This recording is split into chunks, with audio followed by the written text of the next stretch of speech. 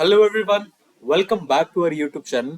आज हम यहाँ पर CSIR UGC नेट में quant related question mathematical science में से जो पूछे गए थे, आज हम उनको डिस्कस करेंगे कि क्या आप लोगों की यहाँ पर अप्रोच रहती है। और यहाँ पर आप लोगों को मैं थोड़ा सा और बता दूं, जो मैथमेटिकल वाले स्टूडेंट्स हैं, बेशक ये क्वांट के क्वेश्चन है और ये वो वाले क्वांट के क्वेश्चन है जो ऐसा लगता है कि हम मैथमेटिक्स वाले स्टूडेंट्स बहुत ही जल्दी से सॉल्व कर लेंगे, लेकिन ऐसा बहुत कम देखा जाता है।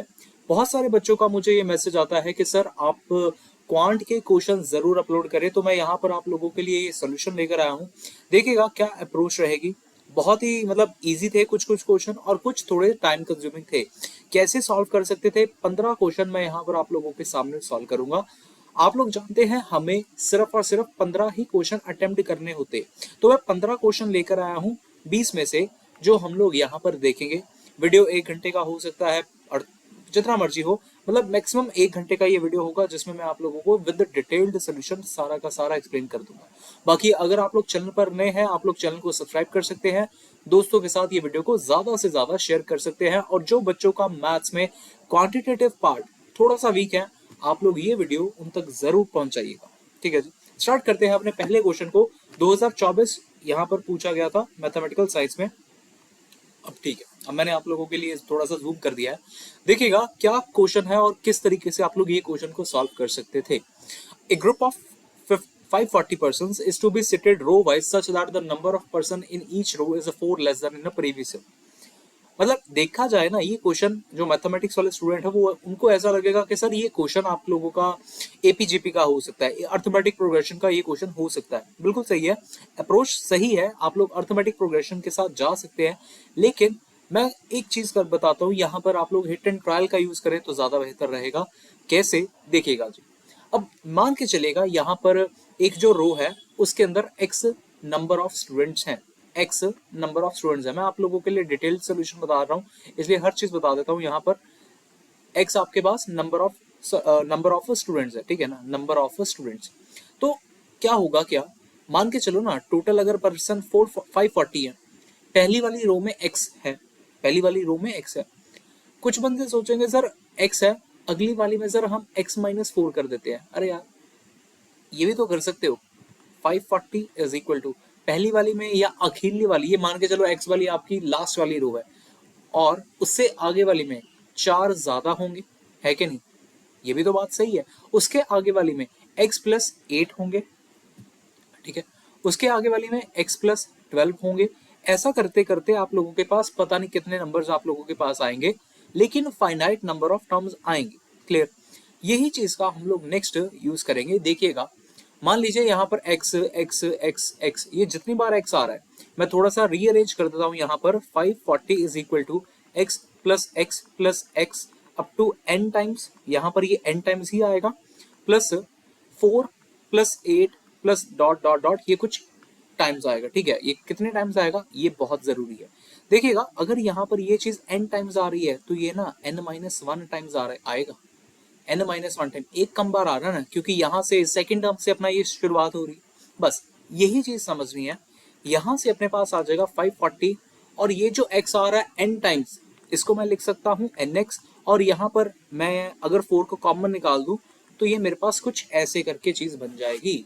1 + 2 + n-1 टाइम्स है तो n-1 आ गया। बस यही मेन इक्वेशन थी इस क्वेश्चन को सॉल्व करने के लिए।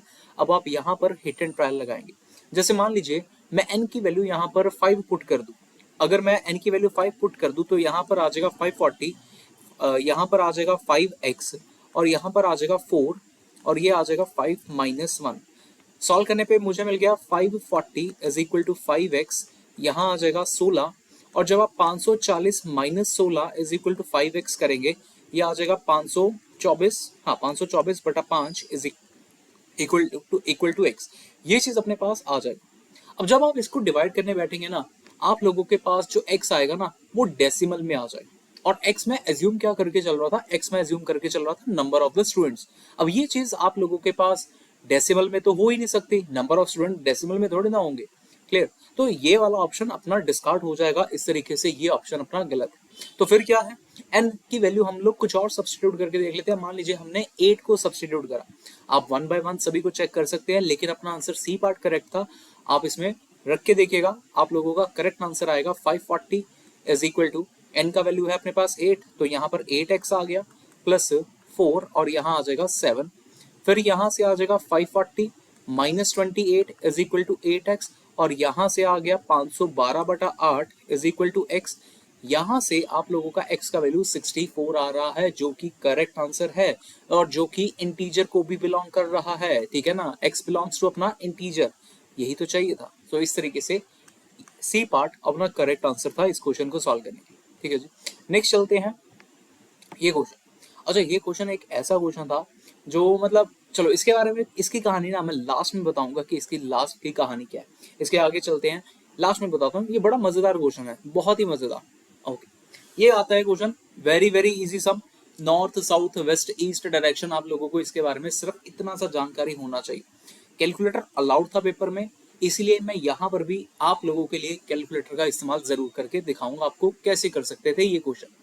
कह रहे क्या, अच्छा पहले मैं आप लोगों को ये बता दूं कि भाई जिसको नहीं पता डायरेक्शंस के बारे में, नॉर्थ डायरेक्शन यहाँ रहती है, साउथ डायरेक्शन यहाँ रहती है, ईस्ट यहाँ रहता है, वेस्ट यहाँ रहता है। ये इतनी सी जानकारी हमें होनी चाहिए, क्लियर।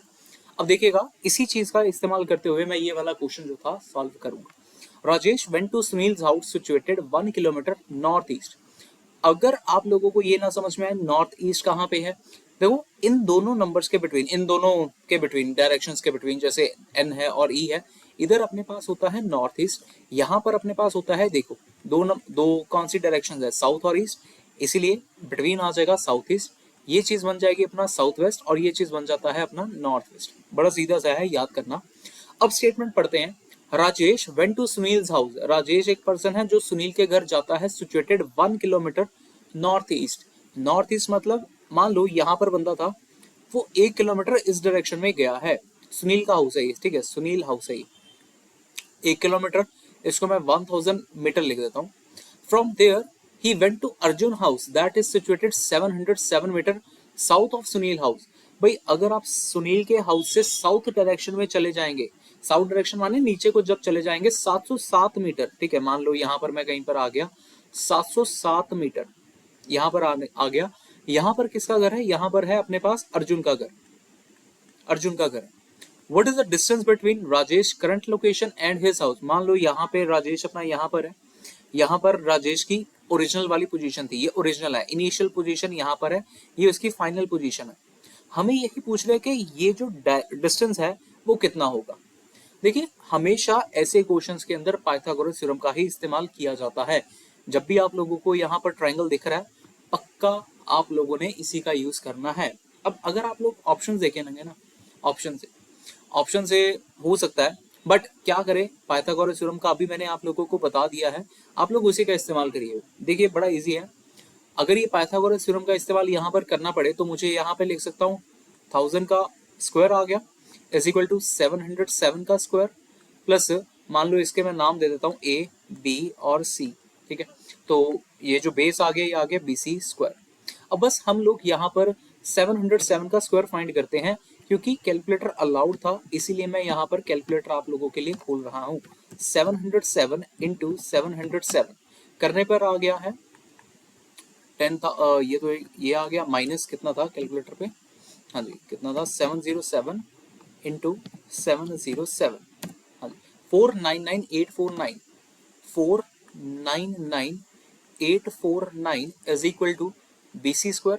अब आप लोग जरा यहाँ पर माइनस करेंगे, ठीक है, माइनस करते हैं 1000000 में से कितना माइनस करना है हमने 499849 माइनस 499849, इसको माइनस करना है, ये समथिंग कुछ इतना आ रहा है, ठीक है ना। और जब आप इसकी अप्रोक्सीमेट वैल्यू भी देखेंगे ना, अगर आप इसका अंडर रूट ले लें तो इसका अंडर रूट लेने पर कितना आता है, कुछ 707.21 ही आ रहा है, ठीक है ना। तो BC का वैल्यू यहाँ पर आया है 707.21, ठीक है, तो अपना अप्रोक्सीमेटली आंसर यहाँ पर भी सी पार्ट करेक्ट आंसर था। इस तरीके से ये होने वाला क्वेश्चन था, और ये one of the easiest question यहाँ पे मैं बोल सकता हूँ। क्लियर जी। अगला करते हैं ये वाला क्वेश्चन, ठीक है, ये वाला क्वेश्चन प्रॉफिट लॉस का। अक्सर बच्चे, मतलब यार आप लोग मैथमेटिकल स्टूडेंट्स, ठीक है। बहुत ज्यादा बच्चे ऐसे हैं जो ऐसा सोचते हैं कि भाई ना तो कोई प्रॉफिट होगा ना तो कोई लॉस होगा, है कि नहीं? क्योंकि अगर आप एक आइटम को उतने में ही क्या कह सकते हैं परसेंट गेन्स में बेच रहे हैं, ठीक है, सेम गेन है, सेम ही परसेंटेज का आप लोगों को लॉस हो रहा है। आप लोग ऐसा सोच सकते हैं कि सर यहाँ पर हमेशा ही नाइदर प्रॉफिट नॉट लॉस वाला ये केस है, लेकिन ऐसा कभी नहीं होगा। ये बात पहली नोट कर लीजिए, कभी नहीं ऐसा होगा। सो ये पार्ट आंसर गलत है। जब भी आप लोगों के पास ये चीजें सेम हो, गेन परसेंटेज भी और लॉस परसेंटेज भी सेम आए, उस केस में हमेशा ही अपने पास लॉस होगा, ठीक है। तो ये ऑप्शन भी कैंसिल। अब लॉस 5% का होता है कि लॉस 4% का होता है, उसको देखते हैं क्या अप्रोच रहती है इनको सॉल्व करने के लिए। बहुत सारे बच्चे ऐसे हैं जिनको ना प्रॉफिट लॉस में से बहुत ज्यादा दिक्कत आती है। आप चाहे मैथमेटिकल बैकग्राउंड से हो चाहे नहीं हो, मैं सच में कह रहा हूँ, बहुत पर्सन है यार ऐसे, और आप भी उनमें से होंगे, ठीक है ना। देखिएगा, यहाँ पर अगर 20% प्रॉफिट है, 20% का रेशो लिखा जाता है 1/5, ठीक है। जब हम क्वांट को पढ़ते हैं ना, यहाँ पर जो डेनोमिनेटर में चीज लिखी जाती है प्रॉफिट लॉस के केस में, ये होता है सीपी और ये होता है प्रॉफिट। समझ में आया? तो यहाँ पर अगर 5 लिख दूं, सीपी क्या होता है, सीपी इज इक्वल टू, आप ऐसा कह सकते हैं एसपी माइनस पी कह सकते हो, या फिर एसपी लिख सकते हैं, ऐसा करके हम सीपी प्लस पी, ठीक है ना। तो यहां से मैंने दरअसल क्या निकाला है, ये सीपी का रेशो है, ये मेरे पास एसपी का रेशो है, पहली आइटम के लिए, पहले केस के लिए।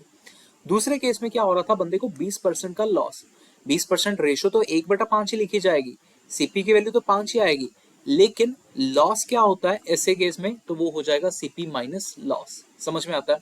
तो यानी कि पहले अगर रेशो 1 थी तो यहां पर मैं 4 लिखूंगा, ठीक है, 4 लिखूंगा। ये बात क्लियर है?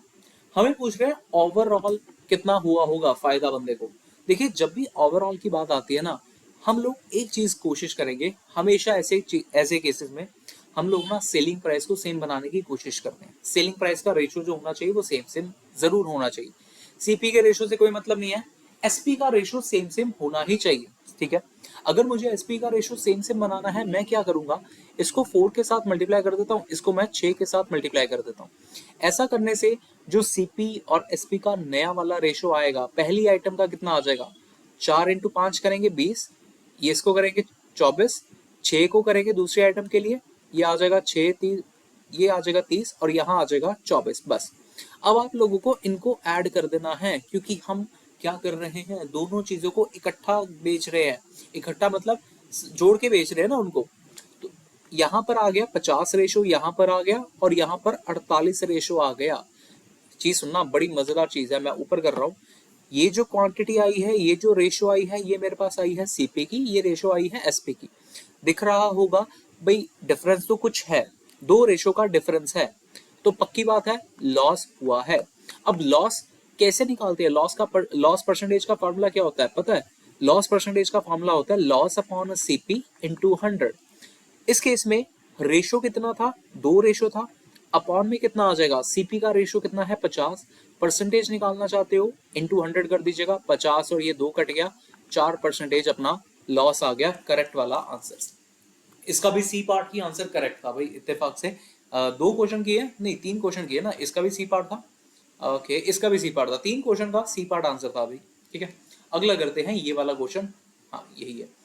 अब ये भी क्वेश्चन के पीछे कहानी क्या रहती है, कहानी को जरूर समझेगा। What would be the minimum number of notes of ₹4849 if notes are available in the denomination? Denomination का मतलब है इस टाइप के सिक्के अपने पास है, 2 रुपए के, 5 रुपए के, 20 रुपए के नोट हैं, 50 रुपए के नोट है, 500 रुपए के नोट है। डिनोमिनेशन मतलब अकेला सिक्का नहीं, किस टाइप के आपके पास करेंसी है। टोटल मिला रहे हैं, आपको दे रहे हैं 4849, पूछ रहे हैं minimum number of the notes कितना होगा। यार मिनिमम नंबर ऑफ नोट्स ना तभी पॉसिबल है जब आप लोगों के पास जो सबसे बड़ा वाला नंबर जो भी होगा, डिनोमिनेशन जो भी होगी, उसके सबसे ज्यादा नोट्स हों। सोचो जरा, दिमाग से सोचिए, अगर मेरे पास 500 के सबसे ज्यादा नोट होंगे तभी तो मेरे पास डिनोमिनेशन कम आएगी। क्लियर? तो बस यही चीज का मैं यहाँ पर इस्तेमाल करूंगा, 4849। अब इसके आसपास मैं कितने ही नंबर सोच सकता हूं। आप लोग कहेंगे सर 500 के 9 नोट रख लीजिए, आपका 4500 हो जाएगा। बिल्कुल यार 4500 हो जाएगा।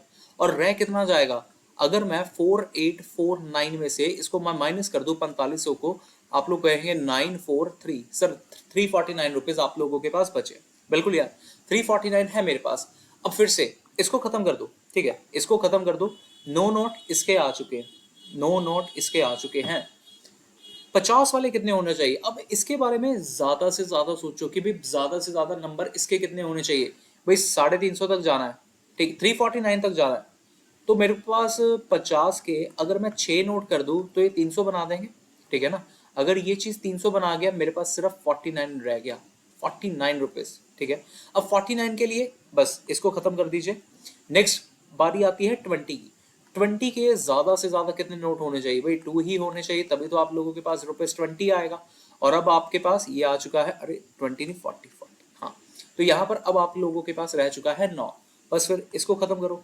5 वाले नोट देखो, 5 वाले कितने होने चाहिए? एक, जिससे वो ₹5 बन जाएगा। बस फिर 5, और यहाँ पर कितना रह गया? 4। तो 4 तो तभी पॉसिबल है ना, ये चीज।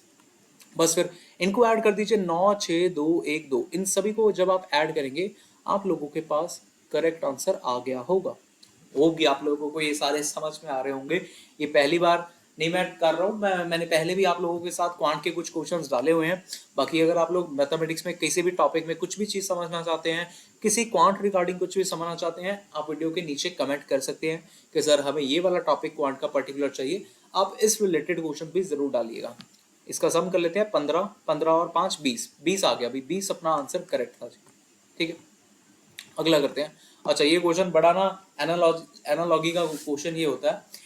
ये क्वेश्चन ऐसा है जिसमें आपको अपना दिमाग नहीं लगाना, अपने दिमाग के साथ साथ एग्जामिनर का भी देखना पड़ेगा कि एग्जामिनर ने इसके साथ क्या चीज सोची हुई थी ऐसी कि वो जो उसने सोचा होगा ना, उसके अकॉर्डिंग आप लोगों का सही माना जाएगा। Curry is to spice as dash is to colour, बड़ा ही इजी था, बहुत ही ज्यादा इजी। देखो, स्पाइस कहाँ पे यूज होते हैं? स्पाइस मतलब वो मिर्च मसाले, स्पाइसेस, स्पाइस।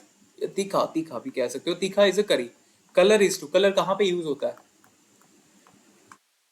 पेंटिंग में, ठीक है। तो इसका आंसर तो करेक्ट है भाई, बी पार्ट। ये सिर्फ एनालॉगी का क्वेश्चन, इसमें ज्यादा कुछ सोचना नहीं है आप लोगों का। इसमें तुक्का भी चल सकता है। बहुत सारे बंदे ब्रश लेके आएंगे, ब्रश नहीं हो सकता, ब्राइटनेस नहीं होता, हो सकता कैनवास। शायद कुछ बच्चे कैनवास भी सोच कर आए हुए हैं, लेकिन कैनवास इसका आंसर करेक्ट नहीं है, ठीक है। इसके बारे में मैं ज्यादा चर्चा नहीं करूंगा, क्योंकि एनालॉगी क्वेश्चन थोड़ा सा हटके रहता है, ठीक है। यहाँ पर आते हैं, वेरी वेरी इजी सम। वेन डायग्राम का ये क्वेश्चन बहुत ज्यादा इजी।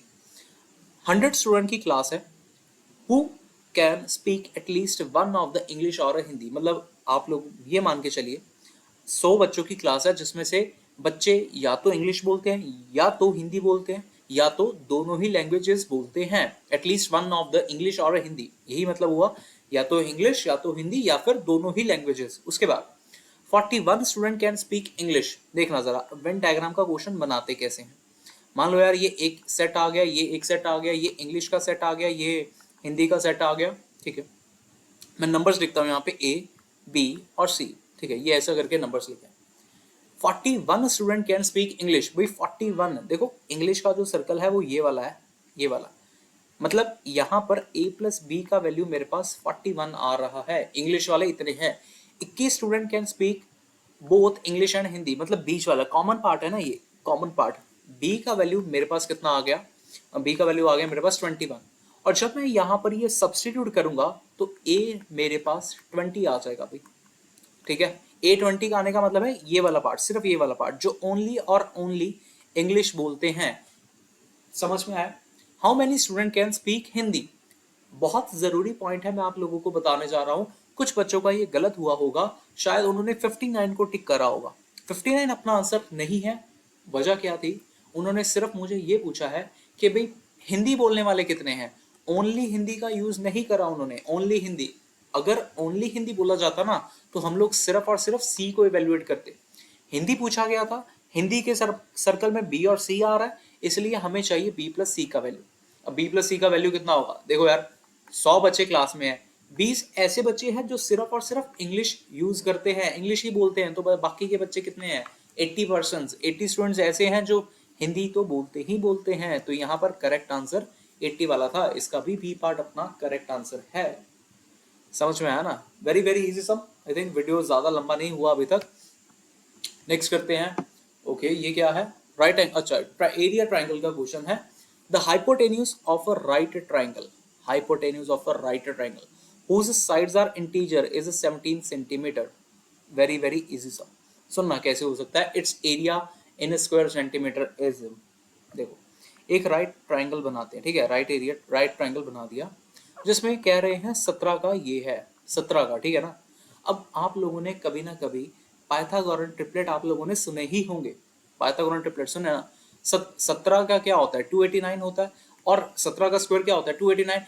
अब इसका वैल्यू क्या आएगा, इसका वैल्यू क्या आएगा, पाइथागोरन ट्रिपलेट के अकॉर्डिंग सोचिए, ये कितना आ सकता है, ये 15 आ सकता है, और ये कितना आ सकता है, 8 आ सकता है, या फिर उल्टा भी कर सकते हो, 15 इसको लिख दो चाहे इसको 8 लिख दो, कोई फर्क नहीं पड़ेगा।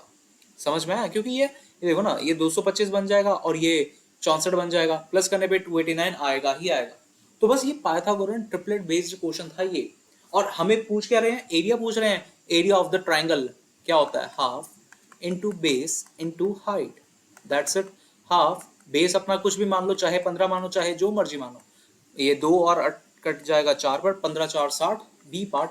इसका भी करेक्ट आंसर बी पार्ट है। समझ में आ गया। नेक्स्ट करते हैं। Okay, so father mother ratio वाले, ये भी सब आप लोगों के मेंटल एप्टीट्यूड बेस्ड है, ठीक है। ओके, सो नेक्स्ट करते हैं। 1 सेकेंड। हाँ जी, तो यहाँ पर आ जाएगा, the son was born when his mother was 28 years old, ठीक है। The father is older to the mother by 4 years। Okay, देखो डिफरेंस का क्या है, मदर और सन में कुछ डिफरेंस है, आप लोगों को दिखा 28 साल का। और जो फादर की बात कर रहे हैं, फादर और मदर में भी कुछ डिफरेंस है, वो है 4 years का, ठीक है। If the current age of the father and mother are in the ratio 9:8, बस यहीं से हो जाएगी ये बात। फादर है, ये मदर है, फादर और मदर की जो रेशो है वो है 9, यहाँ पर है 8। क्या आप लोग एक चीज देख रहे हैं, फादर और मदर की रेशो में कुछ डिफरेंस दिख रहा है, बिल्कुल ना, 1 रेशो का डिफरेंस है। अब ये 1 रेशो का डिफरेंस दरअसल क्यों आया, क्योंकि फादर और मदर की एज में 4 साल का गैप भी है, बस यही चीज है। यहां से अगर आप लोगों ने ये कर लिया ना, फिर तो तुरंत आंसर आया हुआ है। 1 रेशो अपने पास 4 years होगा, सुनते जाना, 1 रेशो मेरे पास 4 years आया। मैं दोबारा रिपीट करता हूँ, क्या है, फादर और मदर की जो रेशो थी उसमें डिफरेंस 1 रेशो का, फादर और मदर की जो एज थी उसमें डिफरेंस था 4 year का। रेशो ने बैलेंस कर दिया किसको, ईयर्स को, एज को, ठीक है, तभी मैंने 1 ratio is equal to 4 year लिखा है। उसके बाद नेक्स्ट, बस फिर यहाँ पर फादर की जगह पे, फादर की रेशो अगर 9 है, जैसे छोटे होते आप लोग करते थे, 1 रेशो अगर 4 साल है तो 9 रेशो कितना हो जाएगा, 36। 8 रेशो कितना हो जाएगा, 8 रेशो मेरे पास आ जाएगा 32। तो फादर की एज आ गई 36 साल, मदर की एज आ गई 32 साल, बस यही था। हमें पूछ रहे हैं करंट एज ऑफ द सन, भाई सन की एज क्या होगी। देखो यार, मदर और सन में जो डिफरेंस है वो 28 साल का है, मतलब 28 साल छोटा है सन, तो सन की एज 4 साल आ गई, automatically correct. This is my answer, C part अपना इस तरीके से करेक्ट आंसर है। नेक्स्ट करते हैं। ओके, ये वाला बहुत ही इजी क्वेश्चन था, मतलब आप लोगों ने कभी अपनी जिंदगी में प्रोबेबिलिटी का डिस्ट्रीब्यूशन पढ़ा हो, प्रोबेबिलिटी डिस्ट्रीब्यूशन करके आप लोग सैंपल्स पे सोच सकते हैं कि जब आप लोग 4 कॉइन को उछालते हैं, 4 कॉइन्स, मैं पूरा पूरा सैंपल स्पेस आप लोगों को बनाकर दिखा देता हूँ एक बार, कि सैंपल स्पेस से क्या कैसे आप लोग इजीली निकाल सकते थे, ठीक है। मान लीजिए सैंपल स्पेस अगर मुझे 16 का बनाना है, तो हम लोग कुछ ऐसा करते हैं, H H H H H H H H, और यहाँ पर आ जाएगा कुछ T T T T T T T T, कितने हो गए, 3 4, हाँ हो गए। अब next H H H H T T T T, मैं पूरा पूरा सैंपल स्पेस बना रहा हूँ आप लोगों के लिए। आप लोग जैसे मर्जी बना सकते हैं, जैसे मर्जी आपको जैसे मन चाहे। अगर आप लोग 16 का बना सकते हैं तो 16 का बना लीजिएगा, वैसे मैं ऐसी चीज़ें बड़ी इजीली कर लेता हूँ। देख रहा, ज़रा आप लोग ज़रा खुद सोचो, मेरा पैटर्न सोचो, मैंने क्या पैटर्न फॉलो किया है, देखो ज़रा। अगर आप लोगों को ये पैटर्न समझ में आ गया ना, आप लोग बड़ा इजीली ये बना लिया करेंगे, ठीक है। अगर आप लोगों को समझ में आया हो तो भाई अच्छी बात है। कर क्या रहा हूं मैं, देख लो, ये पूरा पूरा बना दिया मैंने। हाँ जी, और ये सारे के सारे डिस्टिंक्ट है, मैंने बहुत जल्दी बनाया है मेरे हिसाब से तो, ठीक है। उसके बाद कह रहे हैं an experiment consist of tossing a 4 coin independently, the outcome of the experiment is considered favourable if the number of heads is greater than the number of tales.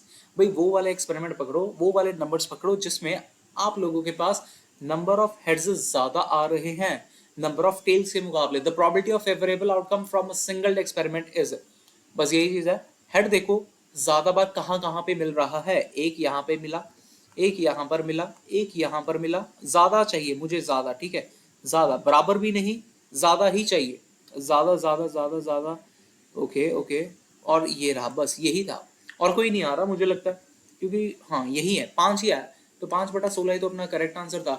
Total outcomes कितनी है, 16 है, वो आउटकम फेवरेबल वाले कितनी है, 5 है, minute से भी कम में होने वाला ये क्वेश्चन था आप लोगों के पास। चलिए ये करते हैं, ओके, ये ऐसा क्वेश्चन है जो बंदा देख के डर जाए सच में, मतलब ये क्वेश्चन आगे ये वाले क्वेश्चंस भी मैंने डाले हैं, इनका भी सॉल्यूशन मैं आप लोगों के सामने रखूंगा, तो वीडियो को एंड तक जरूर देखिएगा जी, ठीक है। ओके, तो ये वाला क्वेश्चन हमारा हो गया था, इसको डिस्कस करते हैं।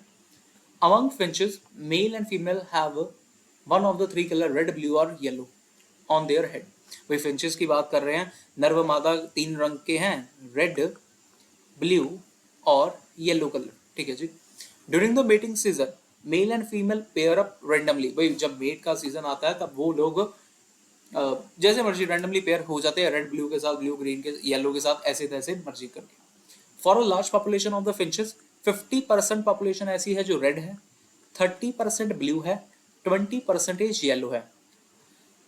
Individual among both male and female, what is the expected number of pairing between red male and yellow female if the total number of paired form is 1000। ये लास्ट लाइन ना बहुत ही ज्यादा इंपॉर्टेंट थी, बहुत ही ज्यादा।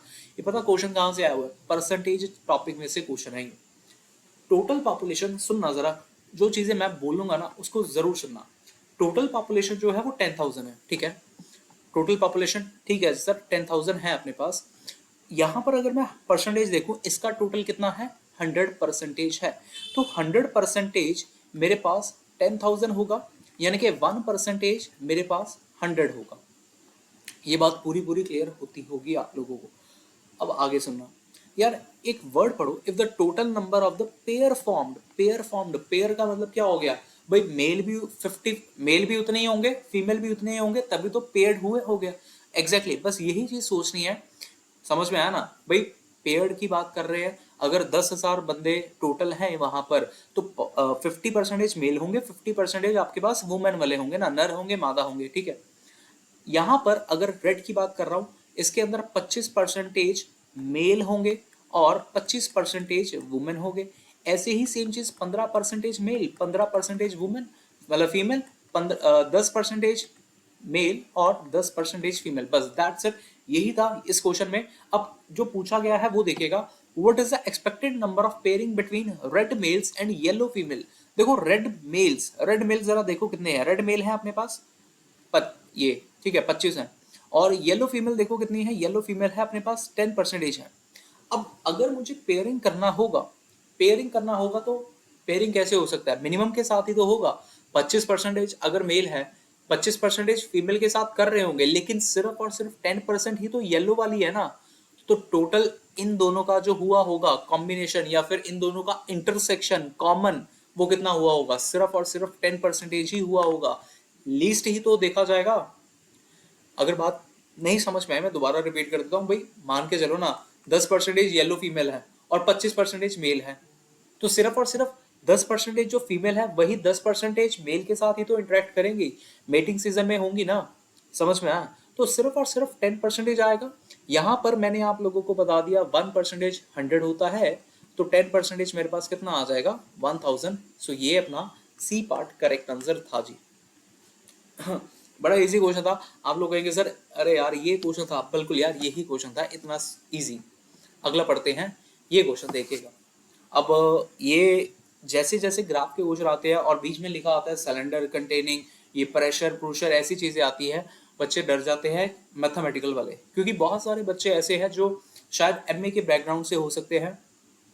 यहाँ पर क्या टेक्निक थी मैं आप लोगों को पूरा पूरा एक्सप्लेन करता हूँ। वीडियो को लाइक करना मत भूलिएगा इस क्वेश्चन के बाद, समझ में आया। देखो, a cylinder container has a tiny hole at the bottom. चलो यार एक सिलेंडर कंटेनर बनाते हैं। आप लोगों ने वो पढ़ा होगा ना एप्लीकेशन ऑफ डेरिवेटिव्स वाला chapter, application of derivative class 12th में होता है, उसी का इस्तेमाल यहाँ पर हम लोग करेंगे, उस चीज का इस्तेमाल इस जगह। A cylinder contain has a tiny hole at the bottom. The container is initially filled to its brim with the water. ठीक है यार, हमने इसको पूरा पूरा भर दिया है और एक नीचे होल है, ठीक है, जहां से पानी निकल जाएगा। T time taken to be completely emptied, by T time में वो पूरा पूरा एम्प्टी हो जाएगा। The graph of the height of the water column as a function of time is closer to, मतलब ये है कि भाई हमें एक ग्राफ बताना है एच और टी के बिटवीन, जो सबसे ज्यादा बढ़िया इन चारों में से ग्राफ होगा। ठीक है, बड़ा अच्छा सा क्वेश्चन है।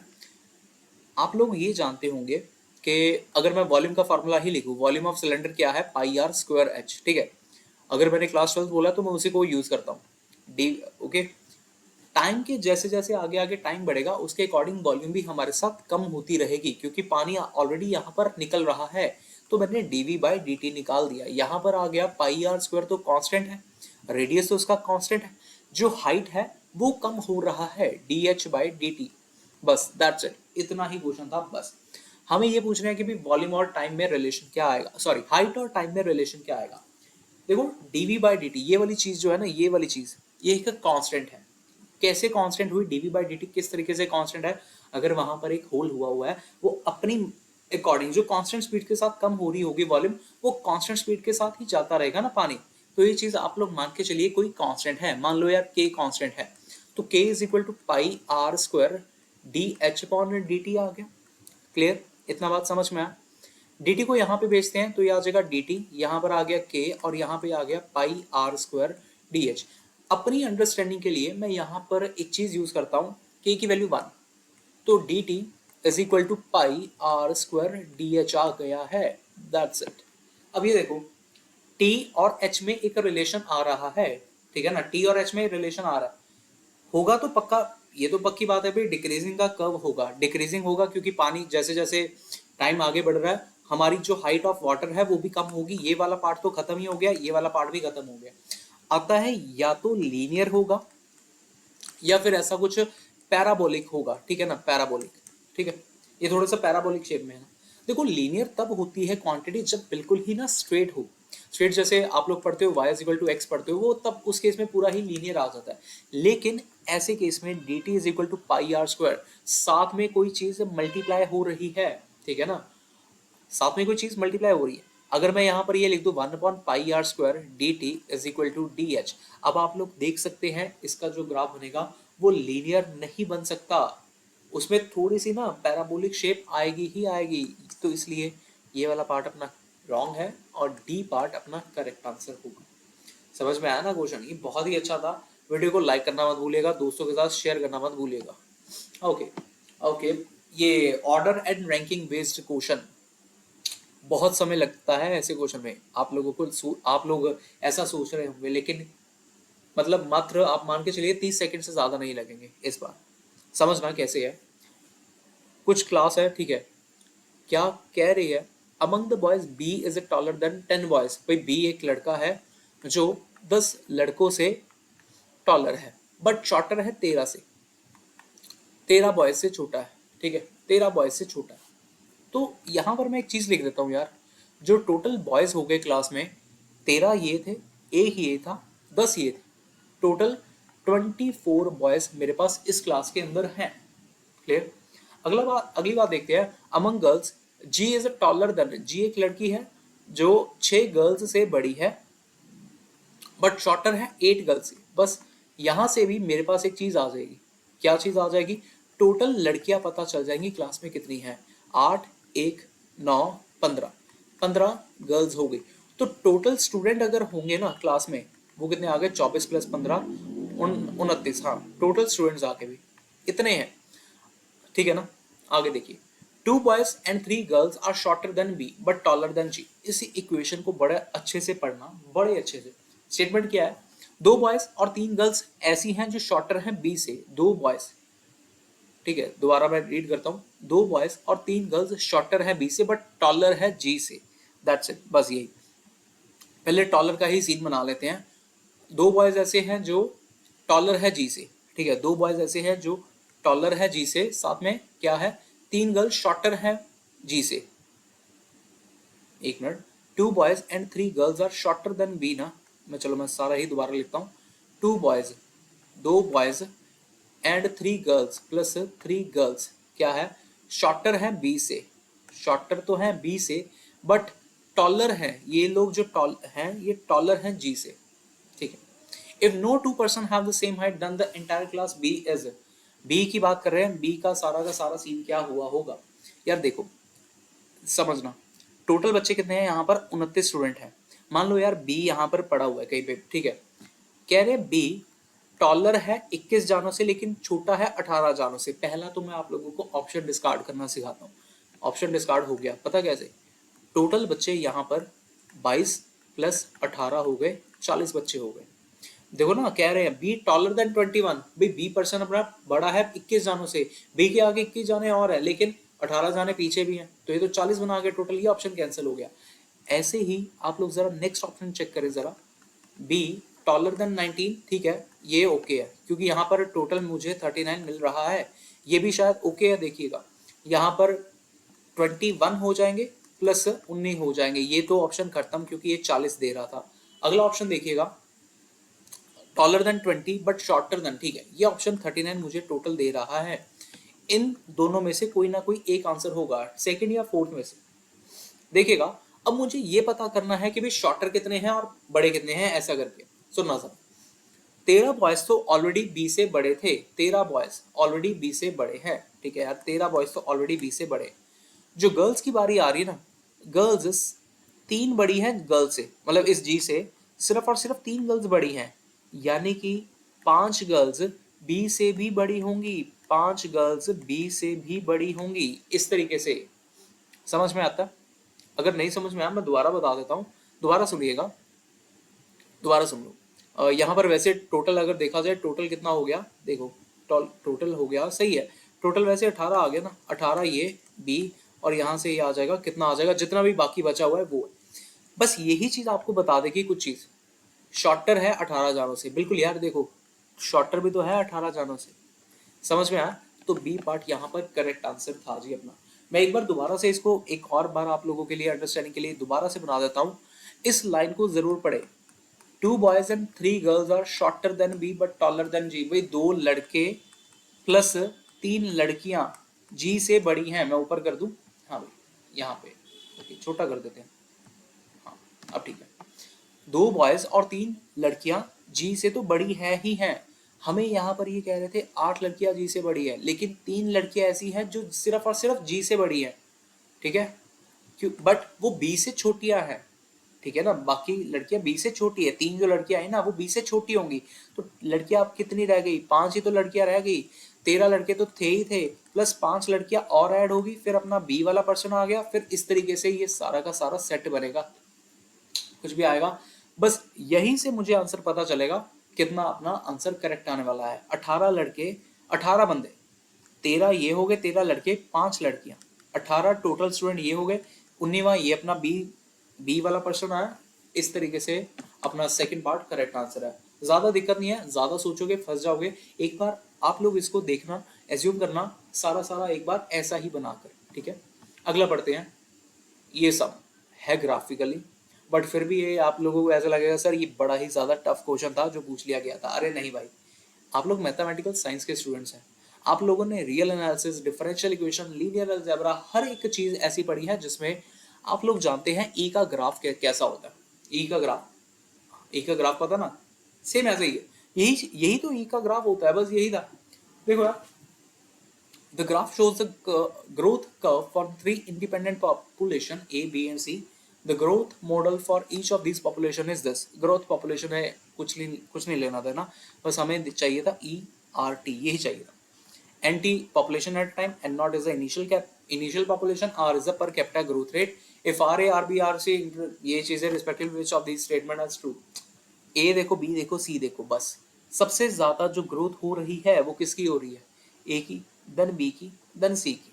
क्लियर? यानी कि R किसका ज्यादा होगा, A का ज्यादा होगा, फिर R B का ज्यादा होगा, R C का ज्यादा होगा, सीधी सी बात है। तो अपना आंसर यहाँ पर, अरे D पार्ट करेक्ट आंसर आ जाए, बस क्योंकि आप लोग मैथमेटिकल स्टूडेंट हो, एक्सपोनेंशियल का ग्राफ आप लोग जानते हो, अगर यहाँ पर ए का कर्व ज्यादा ऊपर है तो आर वाली जो वैल्यू होगी वो ज्यादा ही तो होगी ए की। दैट्स इट, यही था आंसर। 5 सेकंड से ज्यादा का आंसर नहीं था ये। अगला करते हैं, ये तो मैंने डिस्कस कर ही लिया था, इसको छोड़िएगा। ओके, ये करते हैं टाइम स्पीड डिस्टेंस का ये क्वेश्चन, वेरी वेरी इजी। एक एथलीट है, running on a track falls short by the line. अच्छा, आप लोगों को फॉर्मूला आता है ना, speed is equal to distance upon time, ये आता है ना, बिल्कुल यही चीज सोचनी है, बस यही चीज है। स्पीड डिस्टेंस टाइम में और कुछ तो होता ही नहीं यार, यही फार्मूला लगता है। An athlete running on a track falls short of the finish line by 10 metre where she run at a constant speed for a given time. ठीक है, मतलब एक लड़की है या एक एथलीट है, वो भाग रहा था बट वो मिस हो गया, अपनी एक लाइन थी उसको कंप्लीट करने से ना, वो मिस हो गया, 10 मीटर से मिस हुआ है, जब वो अपनी कुछ कांस्टेंट स्पीड के साथ मूव करता है। समझ में आया? लेकिन अगर वो अपनी इंक्रीज कर दे स्पीड को 20%, तो वो 20 मीटर ज्यादा आगे चला जाएगा, लेकिन टाइम सेम रहेगा। बस अगर टाइम सेम रहेगा, दो केसेस मेरे पास यहाँ पर है। एक तो है जिसमें कांस्टेंट स्पीड है जो उसकी यूजुअल स्पीड थी, एक है जिसमें वो 20% स्पीड को बढ़ा रहे हैं।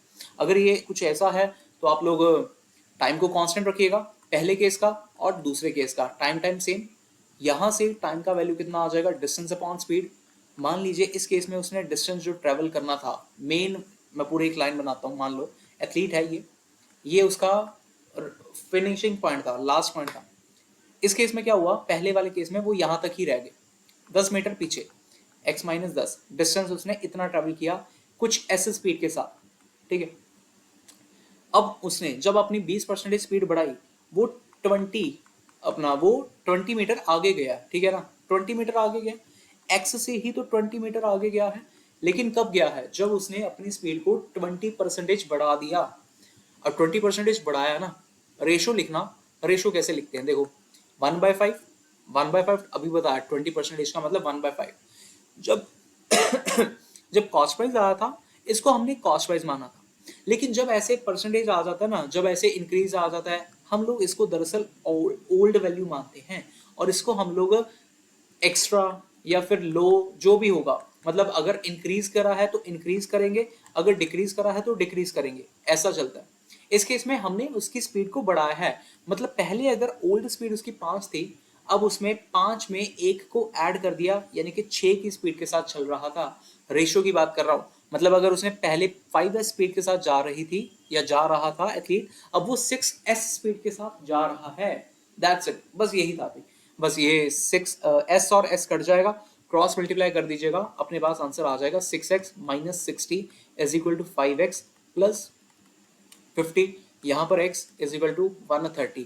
पूछ क्या रहे थे, what is the length of the track, बस यही तो हमें निकालना था, 130। अरे एक मिनट, कुछ मिस्टेक हो गया क्या, यहाँ पर 6, यहाँ पर क्या है, what is the length of the track, 550, 5x सही है। अरे एक सेकेंड यार, she increases her speed by 20%, 6x - 60। अरे यार, यहाँ पे 20 लिखना था ना मुझे, हाँ 20 लिखना था, 100 आएगा, तो यहाँ से 160 अपना करेक्ट आंसर, 20 लिखना था वहाँ। ओके जी, तो ये अपना 160 करेक्ट आंसर होगा यहाँ पे। Clear, that's it. ओके तो ये थे क्वेश्चन के सॉल्यूशंस। 15 क्वेश्चन के सॉल्यूशन मैंने डाल दिए हैं। एक क्वेश्चन जो मैंने आप लोगों को स्टार्टिंग में बताया था, ये वाला, अब इसके बारे में थोड़ी सी चर्चा करते हैं। देखो, ये क्वेश्चन एक ऐसा क्वेश्चन था जो बड़ा ही बेकार सा क्वेश्चन मैं बोलूंगा। मैंने इसको हर एक अप्रोच के साथ सॉल्व करने की कोशिश करा है, बहुत सारी अप्रोचेस लगाई, लेकिन कोई भी अप्रोच मुझे आंसर दे नहीं पा रहे। अगर इसका आंसर मुझे आ जाएगा थोड़े टाइम तक, तो मैं आप लोगों के साथ इसका आंसर जरूर शेयर जरूर कर दूंगा, और बाकी के अगर जो सॉल्यूशंस है उनको भी मैं आप लोगों के साथ जरूर रख दूंगा। इस तरीके से मैंने आप लोगों को आज 15 क्वेश्चंस एक्सप्लेन करे हैं। होप कि आप लोगों को ये क्वेश्चन सॉल्व करने की अप्रोच जो है वो समझ में आई होगी। व्हाट्सएप चैनल का लिंक डिस्क्रिप्शन में पड़ा हुआ है। अगर आप लोग इंजीनियरिंग मैथमेटिक्स किसी भी और एग्जाम की तैयारी कर रहे हैं, या फिर किसी कॉलेज यूनिवर्सिटी के नॉर्मल एग्जाम की तैयारी कर रहे हैं, आप लोग मेरे चैनल को सब्सक्राइब कर सकते हैं, दोस्तों के साथ ये वीडियो को ज्यादा से ज्यादा शेयर कर सकते हैं। Thank you so much for watching the video, have a good day.